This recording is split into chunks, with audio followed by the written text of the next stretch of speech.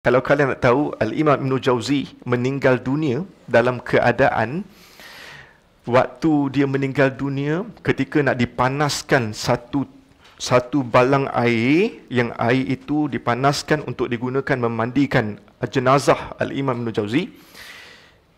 Imam ini, dia punya balang air untuk mandikan jenazah dia, semua rautan-rautan pensel sebenarnya yang selama dia menulis ini, setiap kali dia keluar, dia akan menulis dan dia akan raut pensel bila asah pensel dia ketika dah haus untuk jadi tajam semula untuk dia sambung menulis, dan setiap helaian kertas yang dia himpunkan, menurut pembacaan saya, semua itu dihimpunkan dan dibakar untuk memanaskan air balang bagi memandikan jenazah arwah tersebut.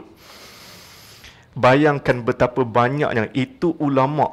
Ulama pun menulis sampai tahap yang setiap rautan kayu pensel itu mampu dijadikan bahan api untuk membakar, memanaskan air balang untuk memandikan jenazah dia. Itu ulama. Apatah kita ini orang yang biasa-biasa, lagilah kena banyak menulis.